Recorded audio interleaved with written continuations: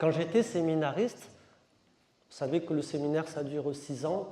Et puis, en fait, en fin de 4e année, on sait à peu près ce qui nous pend au nez. Si l'Église va nous appeler pour être ordonné diacre dans un premier temps, et puis prêtre dans un deuxième temps.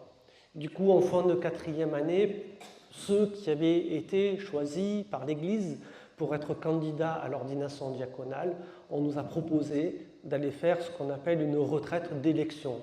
Alors, il ne s'agissait pas d'aller voter, mais vous avez compris le principe, hein, comme il y avait l'ordination qui allait venir. Voilà. Et on s'est retrouvé à Prouille, à côté de Castelnaudary, pour une belle retraite là, de 8 jours avec les exercices de Saint Ignace de Loyola. Peut-être que certains d'entre vous connaissent déjà. Et notre prédicateur, eh bien, c'était un père jésuite. Le premier jour de la retraite, sa prédication, c'est « Nous sommes tous pécheurs ». Tous, sans aucune exception, nous sommes tous pécheurs. À grand renfort de démonstration pendant la journée complète, ces enseignements, c'était pour nous dire « Nous sommes tous pécheurs ». Chers amis, avec mes collègues séminaristes, on s'est regardés et on dit ben, « Ça commence bien la retraite. Hein. » C'était joyeux, vous voyez, pour commencer, là, nous sommes tous pécheurs. Et j'ai beaucoup aimé le 2e jour de la retraite, après avoir acquis pendant une journée complète et convaincu qu'on était tous des pécheurs, voilà que le Père jésuite se met à nous dire le 2e jour, et en tant que tel, appelé par Dieu, choisi par Dieu. Qu'est-ce que c'est libérateur? Pourquoi je vous raconte cette petite anecdote? Parce que, vous voyez, quand on nous dit dans l'Évangile que Jésus envoie ses apôtres 2 par 2, il envoie des pécheurs. Ils n'étaient pas encore devenus Saint-Pierre, Saint-Matthieu, Saint-Thomas et compagnie. Hein. Ça s'est arrivé beaucoup plus tard. Au moment où il les envoie, ils sont tous pécheurs. Et vous savez que dans les 12, il y a Judas, lui aussi, le traître. Lui aussi, il est pécheur. Lui aussi, il va recevoir de Jésus-Christ la puissance, le pouvoir de chasser les esprits impurs, de faire des onctions d'huile et de guérir les malades. Lui aussi. Pierre, celui qui a renié 3 fois le Christ. Matthieu, le publicain. Simon, le zélote. Tous, les 12. Tous, sans aucune exception, si pécheurs étaient-ils, pécheurs pas de métier, hein, vous avez compris, hein, pécheurs parce qu'ils faisaient des bêtises comme tout le monde.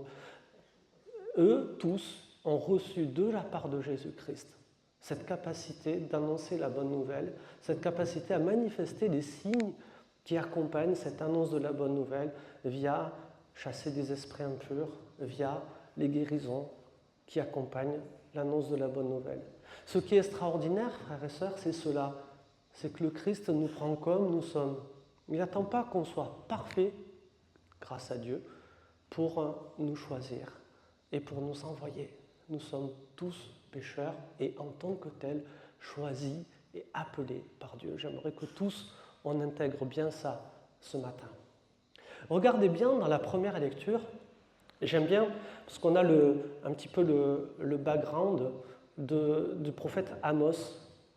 Vous avez vu, il y a un roi là, qui est sur le sanctuaire royal de Bethel, qui dit à Amos, ne viens pas prophétiser à Bethel, là, tu nous déranges avec tes prophéties, là, va voir ailleurs. Là. Et j'aime bien, Amos va préciser, vous voyez, ce qu'on pourrait dire son curriculum vitae. Vous avez vu, il est très simple. Hein. J'étais bouvier, donc il conduisait les troupeaux, et il s'occupait des sycomores. Voilà, les compétences du bonhomme. Et c'est lui, il n'a pas un doctorat de théologie, hein. Il n'a pas fait les écoles de mission, de nouvelle évangélisation, il n'a pas fait les parcours alpha, il n'a pas tout fait, hein, le pauvre, loin s'en faut. Juste bouvier, s'il vous plaît, et s'occuper des sycomores, des arbres. Et c'est cet homme-là que le Seigneur va choisir pour être prophète sur Israël. Et vous avez vu quand même, Ézéchias lui dit, ouais, bon, allez, va faire le prophète à Juda, là, éloigne-toi, va voir en Juda, mais pas à Bethel. Et Amos va rétorquer, mais c'est là que le Seigneur m'envoie. C'est là que le Seigneur m'envoie. Et vous voyez, moi j'aime bien cette figure du prophète Amos, qui n'est pas forcément compétent, mais qui, parce que le Seigneur l'a appelé, va acquérir cette compétence de devenir prophète pour le Seigneur. C'est quoi un prophète? Un prophète, c'est quelqu'un qui reçoit la parole de Dieu et qui va la redire. À la limite, moins il est formé, mieux ce sera pour restituer la parole de Dieu. Parce que plus il est formé, plus il risque d'avoir des filtres, là, des interprétations, vous voyez le truc un peu, dans la manière de restituer la parole de Dieu. Voilà, moi j'aime beaucoup cette figure du prophète Amos. Et puis dans la deuxième lecture, nous avons entendu quelque chose de fabuleux.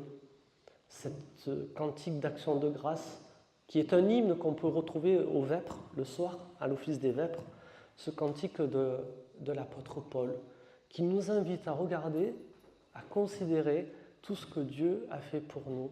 Lui qui nous a choisis, tiens, Paul nous le redit ça, c'est lui qui nous a choisis, c'est pas nous qui l'avons choisi, c'est lui qui nous a choisis, c'est lui qui a fait de nous des fils et des filles adoptifs.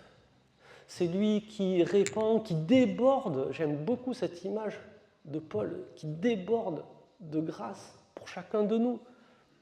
Et vous voyez finalement, la mission c'est quoi?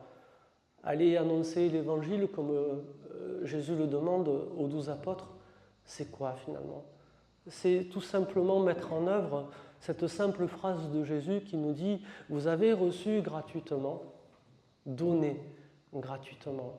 Cette richesse de grâce qui déborde pour vous de la part de Dieu et dont vous bénéficiez, ne le gardez pas jalousement pour vous, mais mettez-le en œuvre et laissez-le déborder à nouveau pour ceux qui vous entourent. Ce n'est pas la peine d'aller bien loin pour la mission. On ne va pas vous demander d'aller aux extrémités de la terre. Vous voyez bien que la mission, déjà à Marseille, il y a de quoi faire, si on prend la peine de regarder un petit peu autour de nous. Alors frères et sœurs, moi je nous invite vraiment à rentrer dans cette action de grâce telle que Paul nous y invite dans cette deuxième lecture que nous avons entendue, de considérer comment le Seigneur nous a choisis, comment le Seigneur compte sur chacun de nous, pour qu'aujourd'hui encore sa parole puisse être diffusée, que sa parole puisse être portée.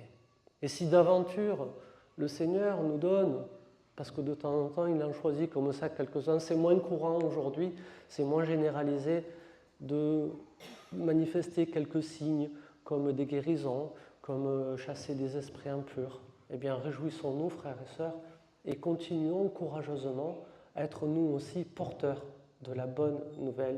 Il y a tant de gens qui ne le savent pas encore, mais qui attendent qu'on leur parle du Seigneur, qui attendent d'écouter, d'entendre cette bonne nouvelle dont nous pourrions être les porteurs pour eux. Amen.